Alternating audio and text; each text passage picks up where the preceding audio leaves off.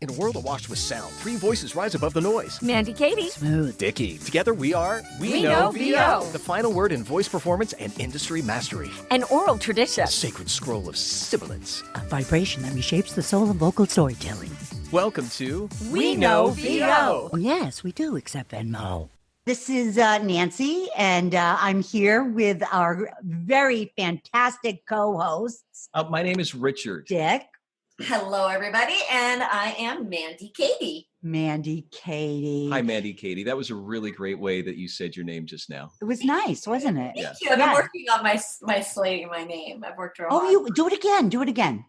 Mandy Katie. Wow. Well, it's getting better each time. Every She's single really time. She's It's taking good. my notes so well. Yep. Guys, Today, we have a guest. His name is Timothy Lawless. Is that right? It's Timothy? Tom Lawful. Oh, Tom Lawful.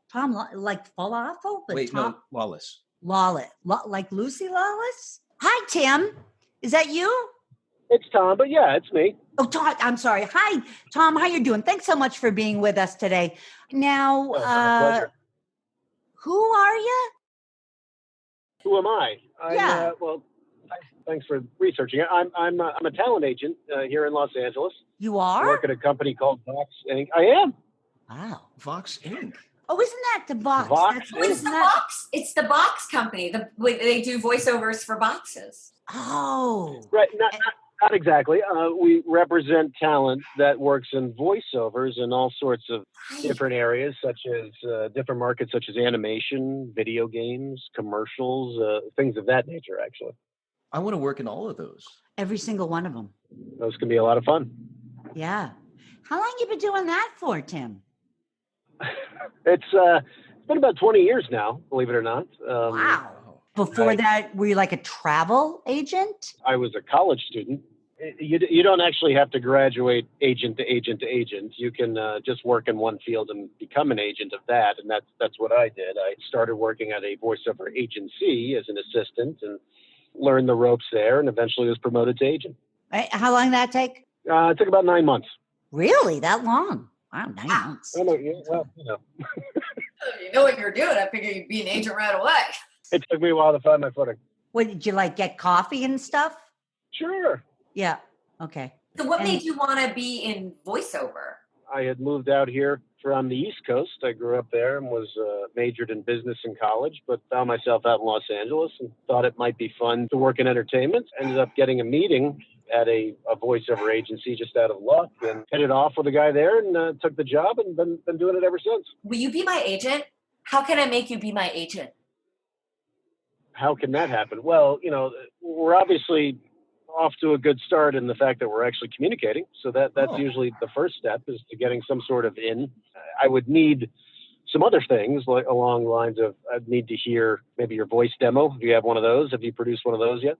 Yeah, I have on if you call my cell phone and I don't pick up, I say my name and ask you to leave a message after you hear the tone. Basically a voicemail message machine. Exactly. That's lovely. Yeah. It's not quite the same of what I would need. I would need a voiceover demo, which actually is something you can help get produced and put together. And that is, it will end up being clips of you doing various, whether it be a commercial demo, that's its own thing, where you can kind of put together a compilation of doing different voices for different commercials into a piece. And if you wanted to do something in animation, you'd put together a separate reel with various characters that you think you do well and kind of put those together for somebody like myself to be able to hear and get a feel for what you can do. Well, it sounds like with all these separate demos, maybe it's better for you if we just put them all together at once. Yeah. Yeah, so you don't have to like fumble around with cassettes and Sure, stuff. sure. I mean, I really do appreciate you wanting to make it easier for me, and that's very kind of you. But it actually still works out better to separate them. That actually makes it easier for me because each market kind of has its own set of buyers, and sometimes not only will I listen to it, but if we ever are to work together, I would want to send those materials separately to those individual buyers, and it helps me out if they're separated. You pay for that, right? That's incorrect. You know, we're not a bank here. You have to invest in your own career, and that's investing in your own materials and things of that nature, and that's part of it. If you wanted to be in a theatrical actor, you'd have to have a headshot and those types of things. And those are materials that you pay for. I did a play once. I didn't have to have a headshot. I didn't either. And Yeah. how did that play come together? Was that the play that your grandmother directed? It was A Christmas Carol was actually what the play was, but we did it in 18 different parts. And so it was 18 days in a row for 3 hours each day. It was called Epic. It's a commitment. Yeah. It was a commitment. Yeah. But this voiceover thingy, that sounds a little bit like a commitment too. That sounds like a financial commitment. There is a heavy commitment involved. It's not just something you do, as a hobby or as a habit. If you want to work in this area and want to do it and make a career out of it, it takes a lot of time and effort. And yes, your own money and resources to get things started. Well, Tom, I need to work now. So how long before I start making money?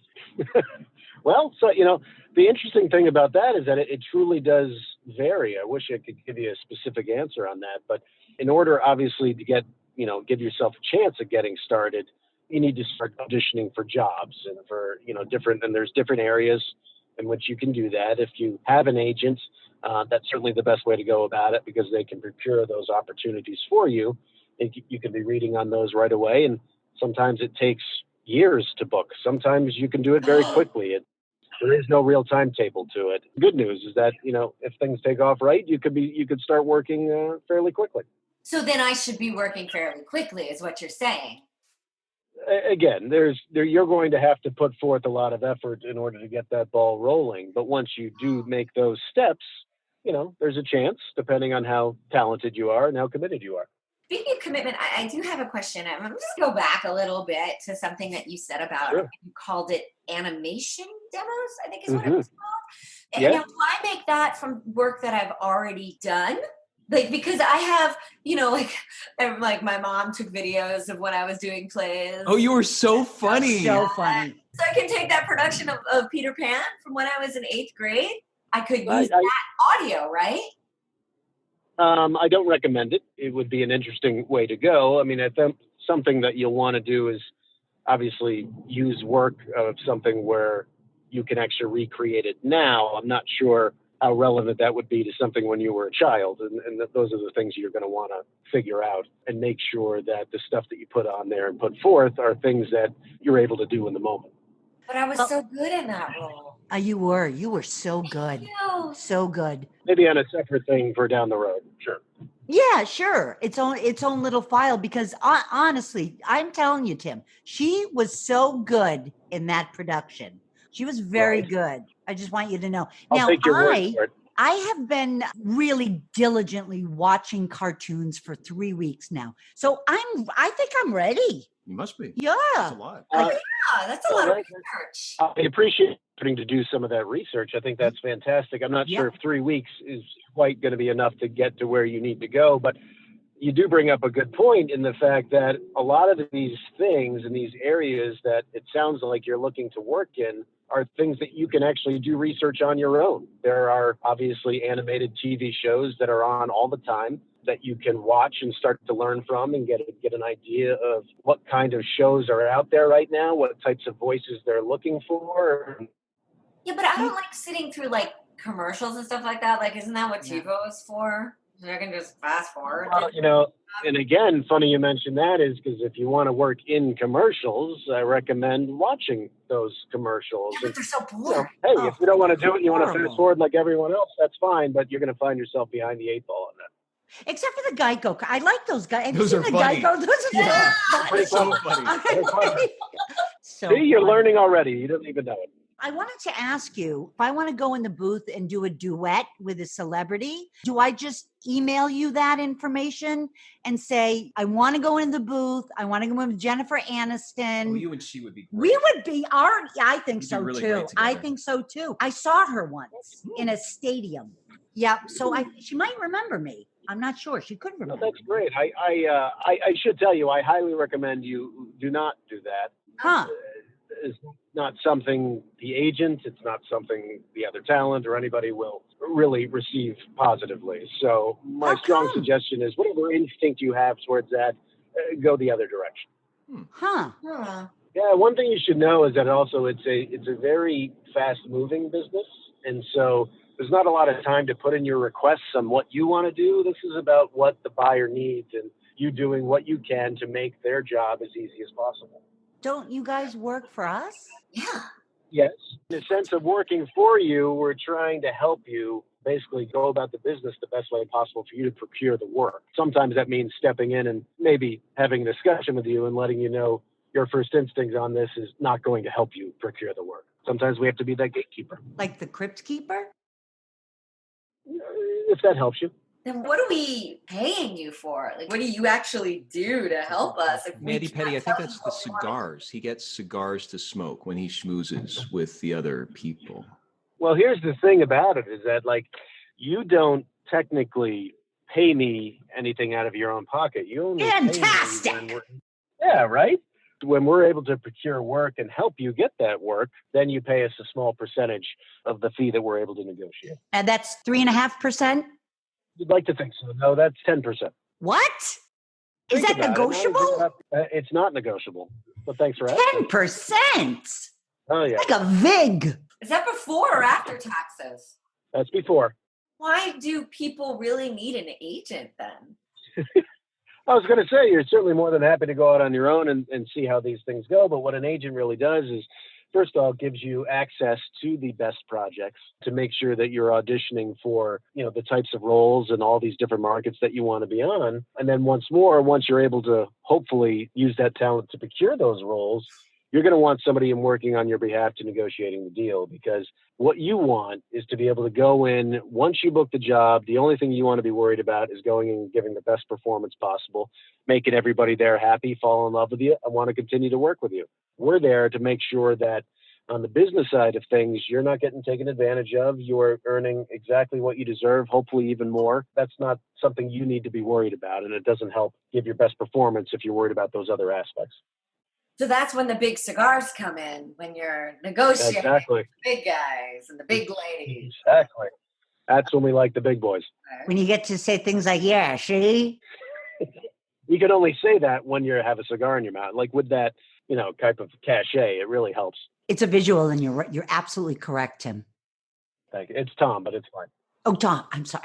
God, you know what it is? I'm sorry. My dog, maybe you've heard my dog my dog actually has rancid, explosive diarrhea. So I've put her in the client lounge. But the funny part is her name is Tim. And so that's how I'll be more mindful though. Tom. You have a female dog named Tim? I do. Yes. Interesting. Okay. Does that help when you have whatever works, right? dogs or cats in the voiceover industry? Does that help your career? Well, it may help in terms of after at night and you need that emotional support. That's great. But you're not going to want the animal near you when you're doing your work, when you're doing your auditions. Those types of possible barks or noises or meows or hisses can get in the way of a great performance. And you don't want any outside noises to disturb what you're doing. As an agent, do you also help with watching the dog while I'm in the booth? You actually may be surprised to know that we're actually pretty busy, so we don't really have time to help dog sit or babysit or do whatever you feel like needs to be done. Those are things I wouldn't know what to do with my dog, though, if I didn't have someone. I know. If you're planning on coming in, maybe leave the dog at home. Well, she's my emotional support animal, so I really can't do that. She can support you when you get back. Well, I don't know about that. Do you have interns that could watch the dog? We don't have specific interns for dog watching. And I should also let you know there are some buildings where you're not allowed to bring in the dogs, so that would kind of prohibit things as well. Huh. So you can't be with celebrities and you can't bring your dog, and this is what you're getting into. This is very restrictive. It can be. And it's good for you to know and want to make sure that it's something that you really want to pursue. Because, again, kind of what I was saying earlier, it's not just kind of something that you get to do on a whim and have some fun with. Mm-hmm. Serious business. It's real work. Well, Tom, I've been speaking most of my life the language of English. So I've been actually using my voice. I talk all the time. Mm-hmm. So, sometimes people say that I have a very great voice. You have a great voice, Richard. Thank you. They say very great. Oh, that's nice. Yeah. Yeah. So that covers it, right? Like I've had my whole life practicing speaking. That's so. your research. First off, it's great that you've been speaking your whole life. Thank you. That's Thank not you, a bad Tom. start. Yeah, absolutely. And you do have a nice voice, which is also a positive obviously in our world and what we That's do. right. Thank you. That's not it. There's a lot of nuances that go into what we do, which a lot of people in general don't know. And that makes sense. I've had many people in my life come up and say, hey, I've got a voice, I can do this. And you go, okay. But there are a lot of nuances that go into specifically getting paid to do voiceovers. There are many different classes. There are many different private coaches that you can work with to make sure that you're on the right path and on the right page when you're starting to do these auditions, because it's not just as simple as I have a voice and I'm going to talk into a microphone. There are a lot of different nuances that go into it. And obviously you'll only increase your chances of booking if you're on top of those things. Oh, sorry, that's my alarm. I have to go and take the food out of the oven. I'll be right back. You guys just... See you soon, Mandy Okay, Petty. we'll see you in a little bit, Mandy Petty. So, are you still there, Tom? I'm here, yes. Oh, yeah. Hi. Now, there is actually a question that I really did, a very serious question I would like to ask you. Essentially, the agent-talent relationship is a team, and they work together to try to basically create beautiful vocal moments within the world. Would you say that's about it? That about sums it up? It's a lovely way to put it, I think. Yeah, thank you. So I feel like part of that whole procedure at some point would be for myself and my agent to go out to lunch. Yes. Yeah. I mean, that's something that they do. And when that occurs, who pays, Tom? Well, the one thing I usually like, the rule of thumb that I like to go by is who's initiating the discussion? Who wants to have the sit down? Every once in a while, not often, but every once in a while, an agent will want to have that sit down with a client. And if they reach out and invite, it's customary for the agent to pay in that instance. Most of the time, however, it's beneficial for the talent to reach out to the agent to really get a good feel for where we think things are, where we can move forward together, all those kind of things. And when the client does that, it is customary for the client to pay for the agent's time. And so would I pay an extra 10% on that lunch to you? Luckily, you would probably just give that percentage to the waiter or whoever would be serving you. You don't have to actually give that extra percentage to the agent if that helps, if that makes you feel better.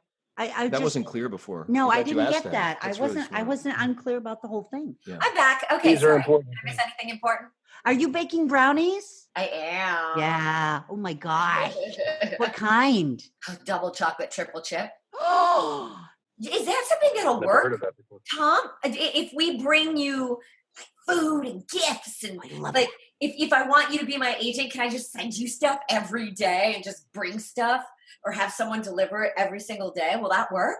I think we'd have to put the brakes on that. I think one thing you'll want to understand, especially if you don't know this person well, that you're looking to hopefully procure some work from, the more you reach out to them, most of the time that's not a good knowledge, because you start to put in their head, oh, maybe this person is a little needy. And so maybe they liked your demo before, but then the more and more you reach out, it's kind of like you're not putting the best thought into their mind about what it would be like to work with you. So as lovely as a brownie may be, the constant badgering and the constant sending. Well, again, I don't particularly like chocolate. So you didn't know that about me, and then all of a sudden we're on negative terms. So these are things you want to be careful about. A singing telegram? That's actually worse. Speaking of singing telegram, what's your home address, Tom? We won't be giving that out today, but thanks so much for asking. Oh, Okay. Well, that was a little resistant. Wow. Hey. Well, Yeah. Are there other people in your office that we should be concerned about? I mean, concerned about, what does that mean? Like the interns aren't really that important. Like, it doesn't matter. They're like the engineers of the office. They're just button pushers, right? Well, it's interesting what you just said. I mean, oftentimes, and you're not inaccurate, they're the engineers of the office. Now, if you have people that are pretty much helping run the day-to-day of any corporation, especially one that you're hoping to be a part of and being a part of, wouldn't you want them to think highly of you? Not necessarily. What's the point? What's getting me work, right? Right. They're the gatekeepers, people. And oftentimes, if the gatekeepers that are helping to run things smoothly, if there are issues with the gatekeepers, they come to the agent. And if the gatekeepers keep coming to the agent with problems with specific individuals, that's not going to help your cause with me either. It sounds like they just get in the way. That's what I think too. I disagree. Speaking of personnel, I prefer to work without a booth director because I find that they just have to have everything their way. And, I just don't like to work like that. You know what you're doing. I know. I've been, Your experience of I don't watching need those cartoons. Somebody coming in here saying, "Oh, I didn't understand that." It's a waste of resources. It's ridiculous to me. Yeah, why even pay a booth director? I don't even get any of that. You can always go that route and just and see how things go and see how your booking ratios are. Well, thank you. Yeah. I feel understood. The more you know. Hey, I'm here to help. Do, do, do. You guys use a booth director at Vox, right? Vox, We do, actually, yes. We've had our booth director for almost 20 years now. He's been doing that with us. He's very, very good and has a great understanding of all these markets that we're talking about and what they're looking for, which surprisingly to you probably can actually help you when you're actually doing these auditions. He can help direct you in the right direction to make sure that you want it to be yours. Absolutely. But if there's things that are a little bit off kilter that he knows the buyer won't like, he can give you those insights. So is that what does he do in your office then? He's just directing people all day? You said that's a job. Correct. That's a job. Yeah. Wow. It's actually in the title, booth director, which you just said. So we should be nice to the booth director too. Again, talk about another gatekeeper. He's also oftentimes very heavily involved in sending on your auditions to the buyer. And if there are issues with the talents, he may not be as inclined.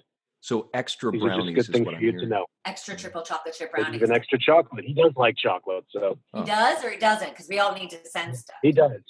He does, so that's fine. Extra chocolate daily. Excellent. A lot of gates in this business. I don't understand it. Yeah. A lot of gates. A lot A lot of gates.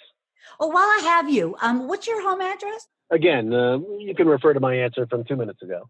I wasn't paying attention. I wasn't either. Are we recording this? Something. I'm sure you can listen back. Mandy Petty, you're recording this, right, Mandy Petty? I thought she was. No, I thought Dick was. Dickie. Oh, for God's sakes. Let's wrap it up. Well, let's start over again. Tom, if we could just introduce you again. We're going to start from the top this time. Tom Libless. Oh, okay. Tom Libless. I don't think it's liberal. Tom Liberal? It's Tom Lawless, but Lawless, right. and I believe Smooth actually talked about it like in Lucy Lawless, and it's right. It is spelled and pronounced the same. Huh. Tim Lawless. Okay, it's Tom. I hope your dog's okay, but my name's Tom. We know VO. Next, we interview the Donna Grillo from Johnny Bravo and Dexter's Laboratory and SpongeBob. Yeah, all of them. She casts all of television, every voice that has ever been heard since the beginning of time. Donna Grillo. Yeah, and if you've ever watched anything and thought, wow, that person sounds like they're talking, it's because of Donna Grillo. She's a casting director, a voice director, a cruise director, probably a producer, and maybe a scientist, because I think she invented directing. That's what I read on Wikipedia before the Wi-Fi went out. We know VO. Hey, speaking of which, I know that you do demos. Mm-hmm. I'm wondering if you could help me produce my phone sex demo. Oh, are you going to do that to sell it or just to play it for somebody special? Oh, I'm going to use it to get work. I'm just going to send it out to all the hedge funds. We know VO. Next on We Know VO. We know VO.